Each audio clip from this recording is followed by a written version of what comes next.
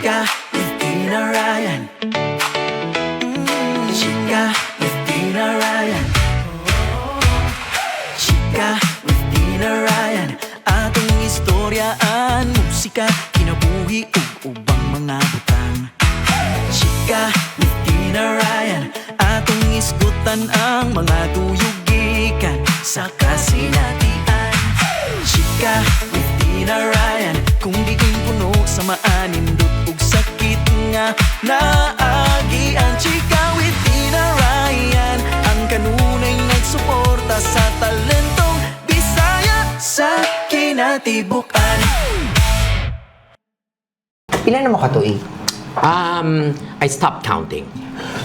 Really, I stopped counting. Okay. But I think it's more than, I think we're more than 8 years past, and I stopped counting already. I don't like to count years. Okay. I count memories. Wow! Showbiz kaayo to. Yes, but it's true. It's true. Okay. Tapos, galibin mo? Karon, yes. Okay. Yun sa inyo pag-ila, attorney?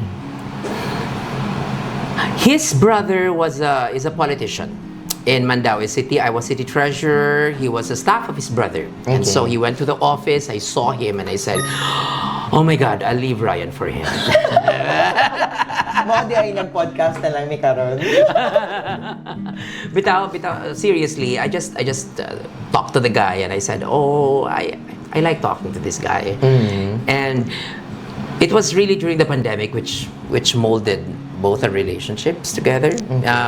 When you have a person right beside you during the most crucial time in world history, when we don't know what will happen the next day, and you had him, you'd say you can spend your lifetime with this guy.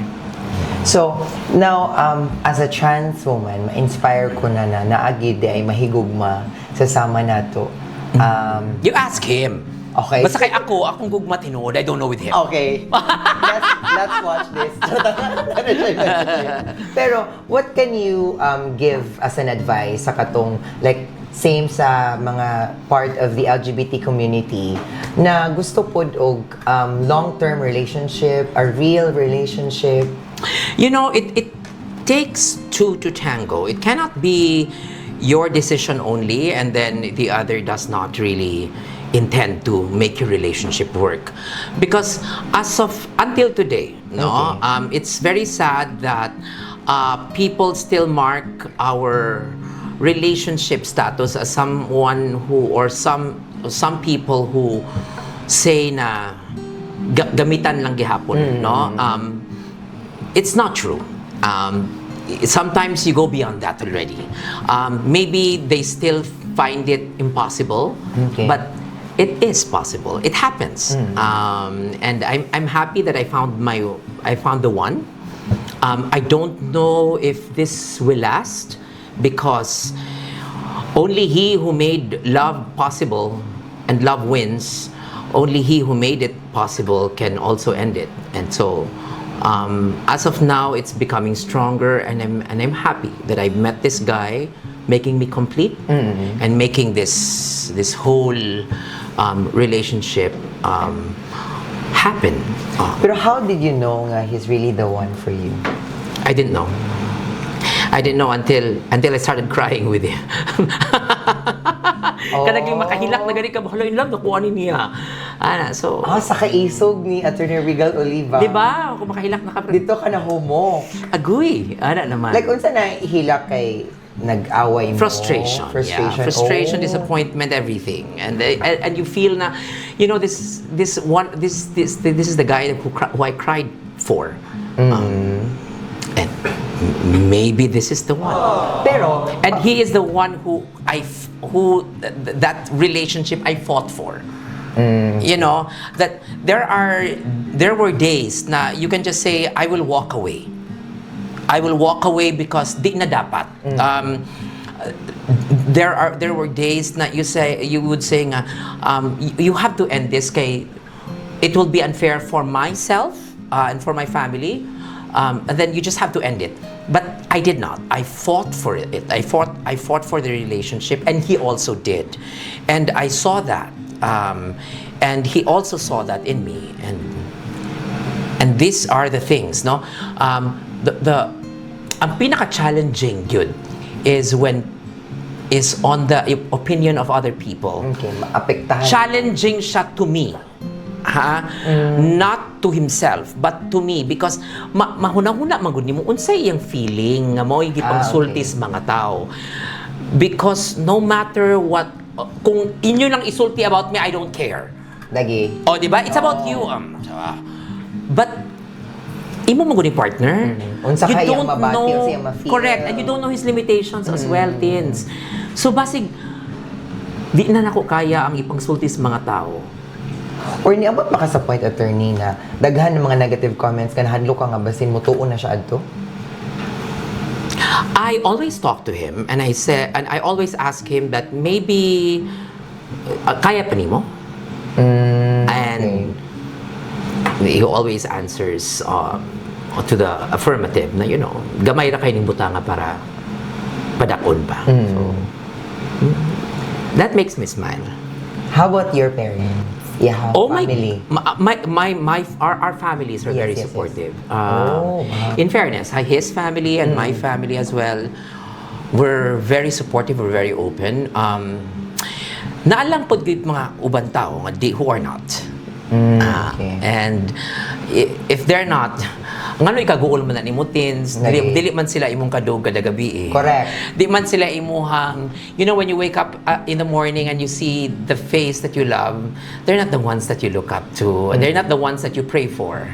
I prayed for a partner and God gave me one. And if you don't like our relationship, live your own life, mind your own business. It's okay. And isa sa kumadunggan kanunay sa community, attorney.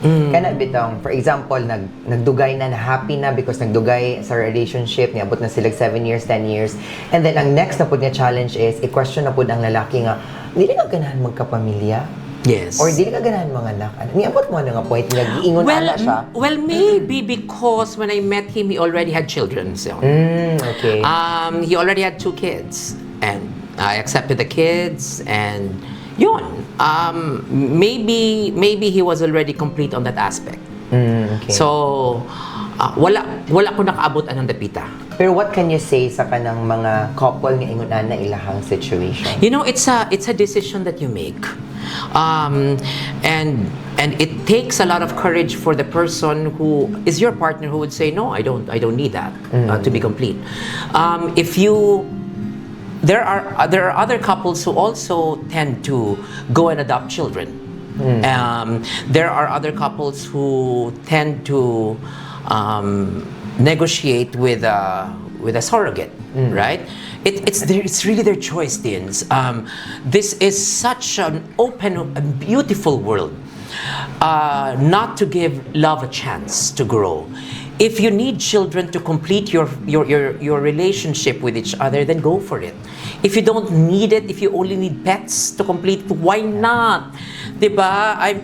You must not be dictated by the dictates of a community or of a society which says the only way to complete a family is to have a wife and children. That's not how to complete families these days.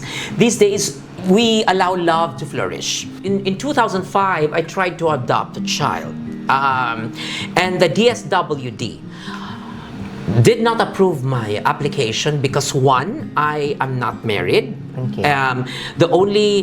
They say that the best interest for a child means you have to have a perfect family wherein you will have you should be a married couple. So in other words, lalaki man ko, kailangan na ako'y asawang babae to adopt a child. Number 2, you cannot adopt a child because you're gay. So you will not be a good example to the child. Mao na gipang reason out sa DSWD. That was in 2005. Influence ang gay parents. Correct. Oh, you cannot be a good model of the child because you're gay. Sometime 2018, I have to thank President Rodrigo Duterte for really pushing the new adoption bill. And it became into a law. And this law permits male, female, and even in the LGBT community to adopt children. And that is why I was able to adopt my daughter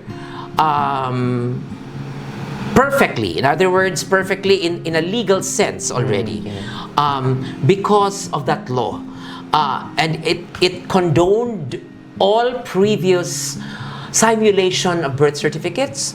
It gave us an amnesty so that we can build our own family. So it does not mean to say that you must be a couple to have a child. Even now, single parents are empowered because the law says so, that you can still have a family even if you're a single parent. Dili na nakabox na ang pamilya, kailangan ni mama, papa, anak. Dili na pwede ra akura, and then I have a child, I have children. That is already a family. Nailad po ba ka niya siya sa laki sa una? Okay, in all of the relationships that I have had, no, I would never say nga nailad ko. Maybe if I tell you the story, giilad ka. Okay, Maybe. Okay. But for me, in my experience of that short of a time, when you say short of a time, maybe 3 years, 5 years, because it's always short. Love is always short. Di alam mo siya kanindot. No? Kung musulti mong ilad to, if that's your definition, but for me, it was not. So, relative kay na siya. So, mga bita na usahay nga, makaingon ka sa itong miga, uy, stop na kunubing. Hey, wake up, girl. But they don't, because they're in love. And unless it's violence already, mao na nang panadako. Nga undangon na. Oh, there's violence already. When I say violence, physical abuse, financial abuse, psychological abuse. These are kinds of violence that needs to stop. Yeah, and speaking of violence, attorney, 'di ba kung victim of violence ang women, they have the women's desk. Now the question as a lawyer, kung usa ka member sa LGBT, like especially a trans woman, pwede ba mudagan sa... well, pwede ka mudagan sa women's desk, ha? Okay. Kung musumbong ka sa police as a trans woman, you will be entertained in the women's desk. Okay. Okay. But the law does not apply to you. So, when we say violence against women and children, it does not apply to trans women. Because trans women, under the eyes of the law, are still male people. And so that's why if you're being abused by your partner, physically abused, you can file another case, but not VAUSI. You can file physical injuries if there is physical abuse. What can you say about kining hot topics sa social media about trans women are women? Oh, okay. That's very sensitive, huh?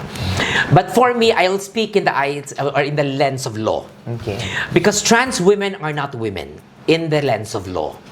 Because as of until today, when you are born male and you transition into a woman, to become a trans woman, we are not yet protected by law. Even if you will undergo sexual confirmation.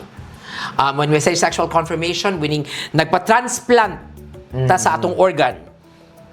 Even if you will undergo that, the law will still prohibit us from changing our gender markers from the born male gender marker to a female gender marker. So in other words, trans women are not women in the Philippines.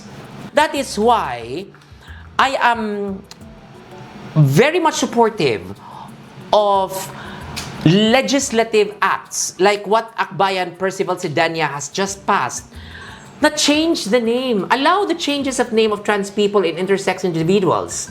Diba? They call it the Charmaine Bill. We don't need a large and huge debate on trans women or women in the Philippines because it's very clear the law does not protect us.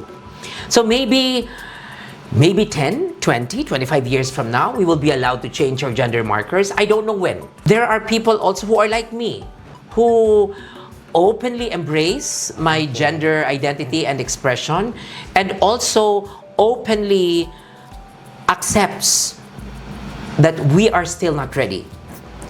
Although our congressmen might, I hope and I pray that one day they will see the light, that they can pass laws for us. But as of now, until such day, until such time, we will continue fighting, we'll continue advocating. I just hope that we have laws opening choices, not closing them.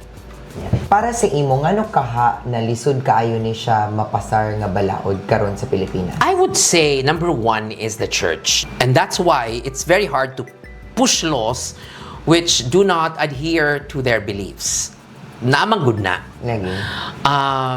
Pero ironic kaayo, attorney, kay, di ba ang Roman Catholic is from Spain. Brought by Spain. Oo, brought by Spain dito sa Philippines. And Pero Spain is very accepting. Oo. Yeah, I know.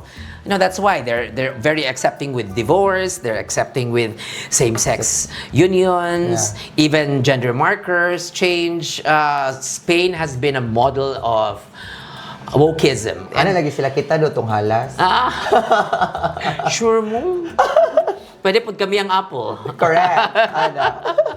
And then, attorney, you're very lucky because supportive kayo imuhang family and both families, also your partner, and then you have this education, and then you're now a lawyer, you're accepted to most of your organizations in society. Now, what can you say pod sa katong mga dili kit siya ubos pagid sa minimum wage earners ng mga LGBT members na walay right, wala sila na tagahigayon sa pag-eskwela, sa ilang profession, sa ilang income. So, kinamo gud ang notion gud, attorney, usahay na madawat ra ka mga nga pagkabayot kung ingon ani ka. Yes. Kung ay okay na kay abogado man ka, okay na kay dako makagsweldo. I agree with that. I agree with you entirely. Number one, knowledge is power. And that is why I encourage people, especially the gay community who are deprived of education, to try to enter educational institutions and study. Give yourself the benefit of education. And if you have no access to that, try gaining because it's free. Di mo ko ta makaingon nga, sometimes makaingon ta imo na po ng sahang, wa ka ni eskwela, ug tarong. Kay free ba atong education? Even the tertiary education is free. Number two, economic power is power. Kung naamoy kwarta, that's power.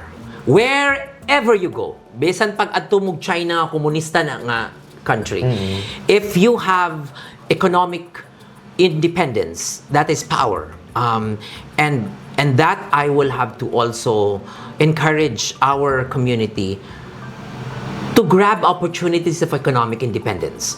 Take every opportunity to broaden your economic opportunities and economic gain. From that, you can gain a voice. Paminawon manggug ka kung naa kay kwarta. Paminawon pug ka kung you are economically independent. I'm not saying you need to be very rich, no? Okay. At least independent lang ka. And that makes a huge difference in your life. And so those two, the opportunity for education and the opportunity for economic exposure would be so important for this community. I have friends na nag-graduate sila cum laude, nag-graduate sila magna cum laude, pero napadulong sila. I'm nothing against with call center companies and agents. No, not pero at all. tungod kay sila ra ang open for transferment. Precisely. Naa sila dito tanan. Na sila dito because the DEIs in this BPO industries are very open. The diverse educational inclusivity programs of these institutions, of these establishments, are very accepting. So I've been studying their inclusivity programs. It's very worthwhile. Grabe ka maayo. And I have to thank BPO's industries. Without them, the Philippines couldn't have opened their eyes. Nga, kailangan man po deserving man po ning Pwede raman di ay ni. Yes, that trans people are workhorses. That if you just give them equal benefits, equal opportunities, then they can be the best workers in the field. And that's why I'm very happy that these BPO industries exist in the Philippines, because without them, opportunities would not have been equal for so many people like us. But people who have diligently worked for this for so many years, for example, our advocates like Eta Rosales, katong mga silang Fanny Serrano, who were there before us, who might have different beliefs than us. Like, imong paminahon si Ricky Reyes, karon different siya. Yes. Diba? But then, they were the ones who started the whole movement. So you agree nga naa na improvement ka ra? Dako kayo, Tins. Dako But jud kayo. is it already Tins, sa una, accepted? mag-ingon, Anita, Tins. Katawaan siguro tas dan, Tins. Tinugan na lang, if you wear long hair, sagitan kas dan, uy. Diba? Not only by men, but both women and men. And even sa atuang community, bugal-bugalan ta. I mean, we cannot dress up like women before. It's so taboo. No, we cannot wear makeup before. You know, when I was a high school student, I wore makeup, and then suko kaayo among school. Murag mabuang sila sa kasuko, and it was such a taboo thing. You know, it was such a sin. You know, dako na kay I have to go to the priest and ask for forgiveness because I wore makeup.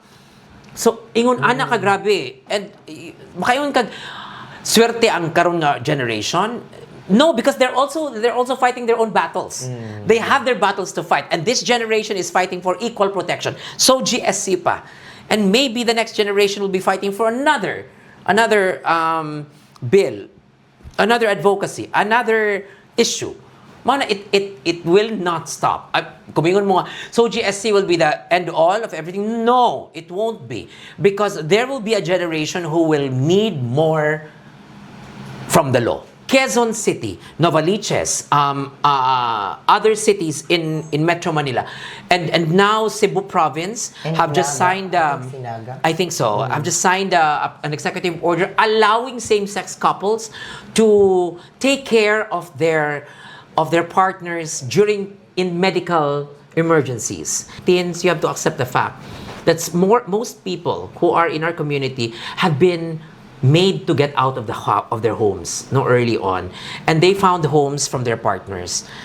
Kung mandi nimo tagaan og karapatan ang katong gaalaga gid nimo. Nga pila ka higayon tuig. Pila ka tuig. So it's difficult and it's sad. It's disappointing, it's frustrating, but then there are LGUs now who are opening these doors for us. And I hope this becomes laws. Because there are also LGUs who have passed ordinances of anti-discrimination. Kaya wa man tay balaod, dinay anti-discrimination ordinances. And I'm happy with this kind of LGUs. Davao City, Manila, Quezon City, Cebu City, Mandaue City. These are cities who have been very open on their anti-discrimination ordinances. They have executive orders as well for implementing rules and regulations. Kailangan tag mga ingon ani para pod nga mabuhi ta nga more free and more comfortable with our gender expression. See, dapat perfect siya itong first episode. And Diba? giprank pati ikaw. Sorry! Yes. Tapos, sayang kaayo man daw na ano tatay tingog ani sa Congress. Sige lang, there are, Ani. you know, you always find your time. That was not my time yet. No, I would have to say that maybe Congress is not my world as well. Maybe you always have you always see the silver linings, no? When I ran for Congress, I never had a platform for people to hear me. And now that I lost the Congress, I was able to get a particular influence site. Okay. And for people to listen to me and for people to listen to my advocacies. And that's why I was so happy that one door closes, the other one opens. And that's why, kumingon tag, maybe my time will come in Congress. I don't know if it's in Congress. I don't know if it's here in the media, social media stage. Senate. So, maabot ra gid pud ta na. Senate Diba? daw. Ano? Sabi niya yan. Ha! One last question, attorney. Was there ever a time nga murag nawad-an ka gana pushing for the advocacy, or if there's one reason that made you feel disappointed and for a short time na feel nimo na murag wala naman ni chance? Okay, Boka, I have to be honest, ha? And this might touch a lot of feathers. The Jude Bacalso story. Jude Bacalso is a friend. She was one time in a restaurant and she demanded to be called ma'am because she was dressed up as a woman. She had her hair done, she was wearing a bra, And she had her makeup on.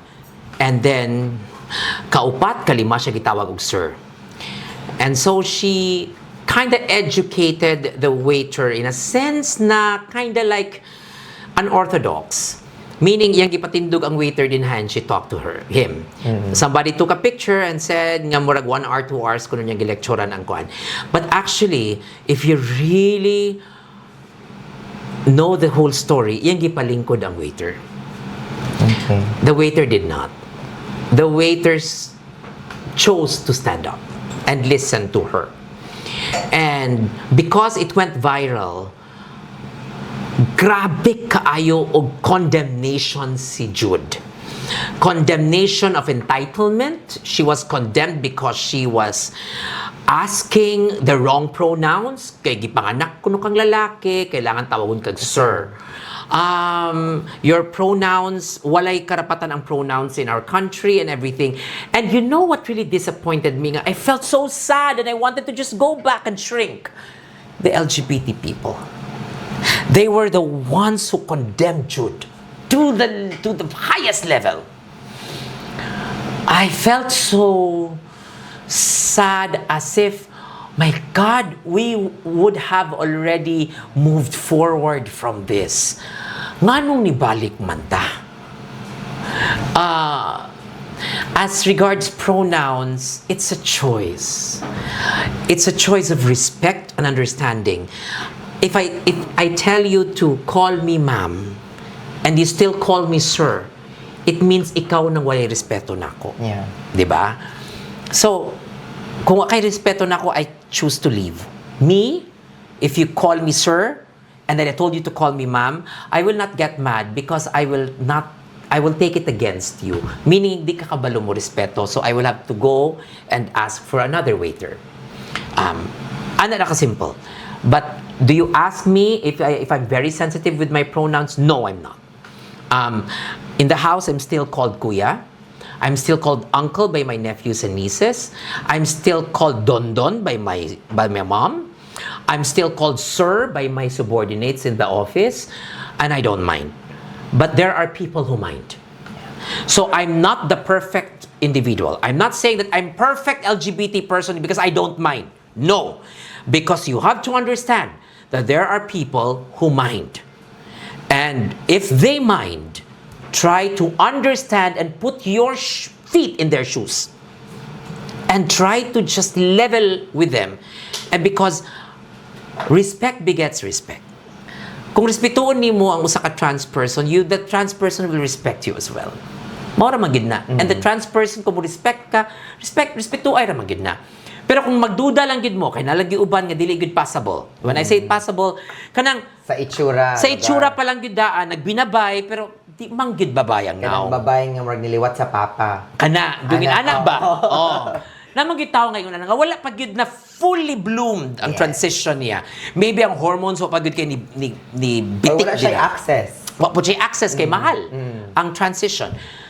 Ask them, how do you want to be addressed? It's not an offense. Yeah. Bigid siya, we will not take offense. How do you want to be addressed? Mayingig, sir? Sir? Managbinabay? Sir, man yung gisulti ni sir. Di ba? Kumingig, ma'am na. Lagi.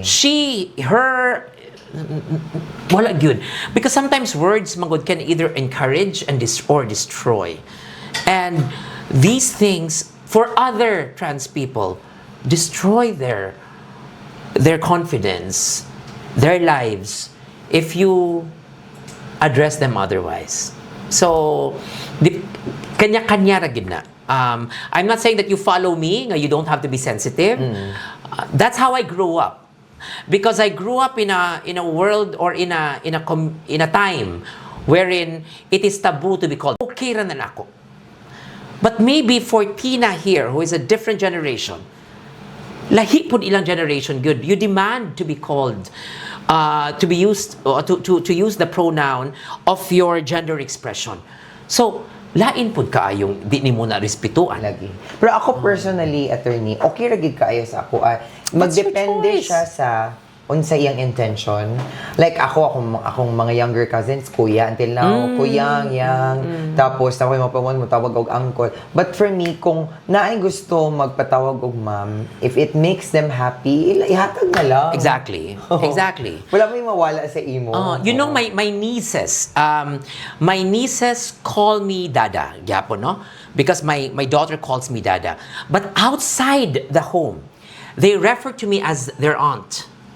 Oh. So if without you telling them. Without me telling them. So if you talk to them and they will talk to their teachers and they will say, Dada Regal is our aunt. So that's how their generation is being molded now. So you don't have to tell them. And they will look at your lifestyle, they will look at how you live, and they will address you appropriately. And that's their generation. That's why I would like to tell you, Tina, that my hopes are so high with the next generation because different na pud ni sila. You know, an anecdote that I would have to share with you before we end. When I was in high school, in an exclusive boys' school, I do not use the restroom where we are assigned at because mahadlok ko nga ibugal-bugalan ko nga to sa sud sa among restroom. Kaya akong mga classmates, no? Puro ba yung lalaki? What I do is that I march 3 floors down and use the restroom of the grade school. Why? Because ang grade school, dili magbugal-bugal o high school. Okay. Mahadlok sila. Okay, mas dako man ka. But when I get out of the restroom and then mulakaw ko in the corridors, and because numbers are because there are power in numbers, inikalakaw na ko sa corridors, tanan diya sa mga grade 2 o grade 1 nga makakita na kong maglakaw, magdungan gina sila sulti. Bayot, bayot. That's my life. And that's my reality. Did I take it against them? No. Because that was daily thing. I became callous about it. Immune na ka. No, yeah, because it happens every time, di ba? You know, nahimo na lang, years after, decades after I became a lawyer, they invited me to do a fashion show. Then I will be one of the models. In fact, I will end the fashion show. Ako ang pinaka-last. And I said, in that school, and I said, okay, I will do it. But the day before the show, the president of the school told me that, attorney, you will have 2 shows tomorrow, okay? Sold out ang tickets. I go, oh, wow. So 2 shows, yeah. There will be a show from 5 to 6 and then another from 7 to 8. I go, okay. I go, who are the audience for 5 to 6? And they said, from grades 1 to 6. Okay. Nahadlok ko sa grades 1 to 16. Oh my God! Ko, father, dili lang ko sa 6, sa 7 to 8. 7 to 8. Kay high school man o parents. Pero grades 1 to 6, murag, hoy, ang bugal-bugal, ani. Oo. Diba? Hindi mapuggan ng bata. Ligi, magpaso-paso ko din ang mag-gown ko, ang mga bata, nga, Regal, give them a chance. You know, I was so scared. So, di man siya ko mahadlok, no? Di man ko mauwaw, pero kanig yun from grades 1 to 6, nahadlok yun ko. Ako yung heartbeat na yun nga, ako na yung paso. But you know, the moment I went out, and my name was, my name was called, and then I went out, the grade 1 pupil, the grade 2 people, they all stood out, and then they applaud. They gave me a standing ovation. I was almost into tears walking. I said to myself, there is hope for tomorrow. Kasabot sila nako.